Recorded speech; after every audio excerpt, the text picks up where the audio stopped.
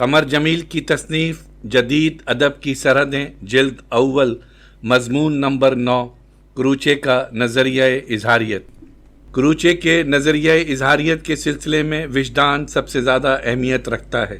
کروچے کے زمانے میں تاثریت، مارکسیت اور خالص شاعری کا بہت چرچا تھا، لیکن کروچے تاثریت کو اس بنیاد پر رد کر دیتا ہے کہ تاثراتی آرٹ انسان کو اسی دھرتی کے مسائل میں الجھا ہوا چھوڑ دیتا ہے، اور یہ کہ تاثراتی آرٹ میں انسان کی روحانی وحدت کا اظہار نہیں ہونے پاتا۔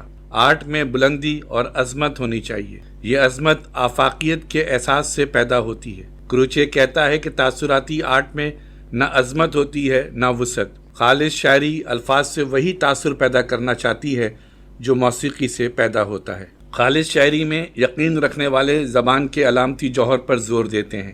ان کی توجہ معنی سے زیادہ الفاظ کی صوتی خصوصیات پر ہوتی ہے۔ ایسے لوگ معنی کی بندشوں سے الفاظ کو زیادہ سے زیادہ آزاد کر کے صرف الفاظ کی ایمائیت سے کام لینا چاہتے ہیں۔ ملار میں کہتا تھا کہ الفاظ خود ابتدا کر دیتے ہیں اور معنی تخلیق کرتے ہیں، یعنی الفاظ شاعر کے قصد و ارادے سے آزاد ہوتے ہیں۔ خالص شاعری میں روایتی شاعری اپنے نقطۂ اختتام وینیشنگ پوائنٹ پر آ جاتی ہے اور اس کی جگہ شاعری کا میڈیم لے لیتا ہے۔ کروچے تاثراتی آرٹ کا مخالف تو تھا ہی، خالص شاعری کا بھی سخت مخالف تھا۔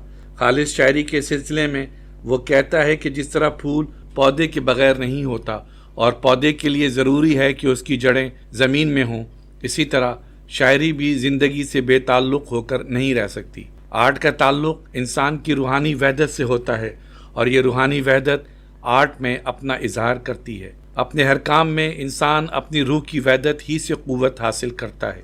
کروچے کا خیال تھا کہ خالص شاعر صرف اپنی روح کے دھندلکوں میں زندہ رہتا ہے، وہ اپنی باطنی زندگی کا غم بھی نہیں کر سکتا، حالانکہ یہی باطنی زندگی شاعر کی سب سے بڑی دولت ہوتی ہے۔ وہ کہتا ہے کہ چڑیاں صرف چہکنے کی خاطر چہکتی ہیں اور چہکنے ہی میں اپنی ساری زندگی کا اظہار کر دیتی ہیں۔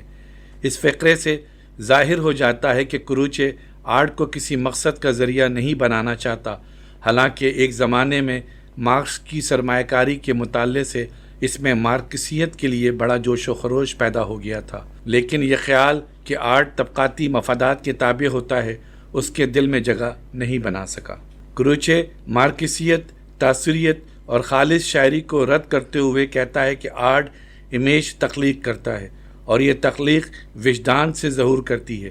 اس کے لیے نازک ادراک اور اعلیٰ تخیل کی ضرورت ہوتی ہے۔ آرٹ کا تعلق وجدان سے ہوتا ہے۔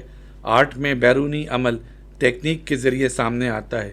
وہ کہتا ہے جب ہم اندرونی لفظ پر قابو پا لیتے ہیں، کسی مجسمے یا شکل کو واضح طور پر اپنے تصور میں لے آتے ہیں، جب ہمیں موسیقی کا کوئی تھیم مل جاتا ہے تو اظہار پیدا ہوتا ہے اور مکمل ہو جاتا ہے، کسی اور چیز کی ضرورت نہیں ہوتی۔ تب اگر ہم اپنا منہ کھولتے ہیں اور بولتے ہیں اور گاتے ہیں تو ہم دراصل کرتے کیا ہیں؟ جو کچھ ہم اپنے باطن میں آہستہ آہستہ بول چکے ہوتے ہیں اور جو کچھ ہم اپنے اندر پہلے ہی گا چکے ہوتے ہیں وہ ہم بآواز بلند گاتے ہیں۔ کروچے کے خیال میں علم دو طرح کا ہوتا ہے، ایک وجدانی اور دوسرا منطقی۔ وجدانی علم تخیل سے حاصل ہوتا ہے اور منطقی علم انٹلیکٹ سے۔ آرٹ کا تعلق وجدانی علم سے ہوتا ہے۔ کروچے نے 1902 میں اپنی کتاب ایسٹیٹکس میں بتایا تھا کہ شاعرانہ اظہار جذبات کا براہ راست اظہار نہیں بلکہ وجدان کا اظہار ہے۔ وہ کہتا ہے جب ہم پیانو پر اپنی انگلیاں رکھتے ہیں تو ایسا ہم اپنے ارادے سے کرتے ہیں۔ اس کا تعلق آرٹ کی جمالیاتی فعلیت سے نہیں ہوتا بلکہ عملی فعلیت سے ہوتا ہے، اور جس پر ہم اپنے باطن میں مختصراً اور تیزی سے عمل درآمد کر چکے ہوتے ہیں، اسی کو ہم خارجی طور پر انجام دیتے ہیں۔ کروچے کا خیال ہے کہ امیج اشیاء مدرکہ کے جوہر کو اپنی گرفت میں لے لیتا ہے۔ خوبصورتی کا تعلق خارجی ہیئت کے مقابلے میں باطنی امیج سے زیادہ ہوتا ہے۔ شیکسپیئر اور ہم میں فرق صرف یہ نہیں ہے کہ شیکسپیئر خارجی اظہار کی ٹیکنیک پر ہم سے زیادہ قدرت رکھتا تھا، اور یہ کہ ہم شیکسپیئر سے زیادہ بڑے بڑے خیالات رکھتے ہیں، لیکن ہمارے پاس موضوع الفاظ نہیں ہوتے۔ ایسا سمجھنا خود فریبی ہے۔ صلاحیت کا فرق صرف اس بات میں نہیں ہے کہ شیکسپیئر زیادہ بہتر اظہار کر سکتا تھا، بلکہ شیکسپیئر داخلی طور پر بھی اس امیج کو تخلیق کرنے کی زیادہ صلاحیت رکھتا تھا۔ کروچے کے خیال میں کہ آرٹ کے نمونے کو دیکھ کر جب کوئی لطف اندوز ہوتا ہے تو دراصل اس میں اس کا اپنا رجحان کام کر رہا ہوتا ہے۔ تخلیق کار اور تماشائی کے درمیان جمالیاتی راز دراصل ایکسپریسو امیج ہے۔ اب سوال یہ ہے کہ وجدان سے کیا مراد ہے؟ وجدان سے دراصل وہ صلاحیت مراد ہے جس کی مدد سے انسان کا ذہن براہ راست علم حاصل کرتا ہے، بغیر کسی استدلال اور تجزیے کے۔ یعنی وجدان ہم پر براہ راست استدلال اور منطقی تجزیے کے بغیر حقیقت کو منکشف کرتا ہے۔ دوسرے لفظوں میں وجدان عقلی تفکر اور استدلال کے بغیر حقیقت تک پہنچنے کا ذریعہ ہے۔ چنانچہ اقبال نے بھی کہا کہ خدا شناسی کا ذریعہ خرد نہیں عشق ہے، جسے فلسفے کی زبان میں وجدان کہتے ہیں۔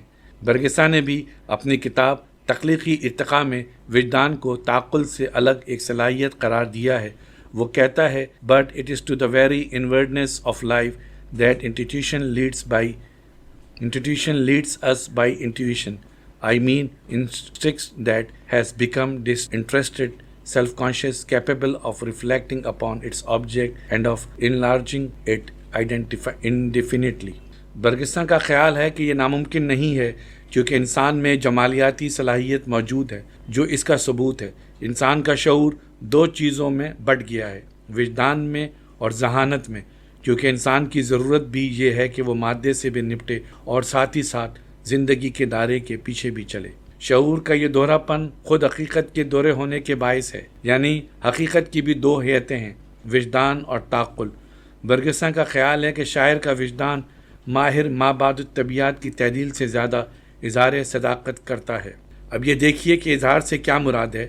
18ویں صدی میں انگریزی کے مشہور شاعر پوپ نے کہا تھا کہ سچا اظہار سورج کی طرح ہر اس چیز کو جس پر وہ چمکتا ہے واضح کر دے۔ والٹر پیٹر نے 1888 میں کہا تھا، ہم جسے اظہار کہتے ہیں وہ دراصل زبان کا باطنی ویژن سے انتہائی باریکیوں میں بھی مطابقت کا نام ہے، اسلوب پر مضمون۔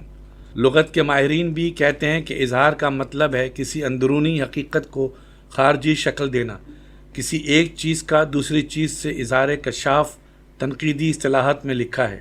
کروچے کے نظریہ اظہار اور اظہاریت کی تحریک کے وجود میں آنے سے پہلے اظہار کے معنی تھے اپنے محفوظ ضمیر کو دوسروں کے لیے کسی خارجی شکل مثلا الفاظ، الوان اور خطوط میں منتقل کرنا۔ چونکہ کلام کے لیے لازم تھا کہ وہ دوسروں کے لیے بامعنی ہو، اس لیے دنیائے ادب میں اظہار اور ابلاغ کے درمیان نظریاتی فاصلے بھی حائل نہ تھے۔ لیکن اب اظہار کے لیے لازم نہیں رہا کہ وہ دوسروں کے لیے بامعنی ہو، اس لیے ابلاغ سے اس کا رشتہ کٹ چکا ہے۔ اس سے ظاہر ہوتا ہے کہ شاعر کے ویژن کے زبان سے نازک تعلق کا نام اظہار ہے۔ آرٹ میں رنگ، لکیر، ہیئت اور الفاظ کی ایسی ترتیب سے جس میں لے اور آہنگ ہوتا ہے، جذبات کا اظہار ہوتا ہے۔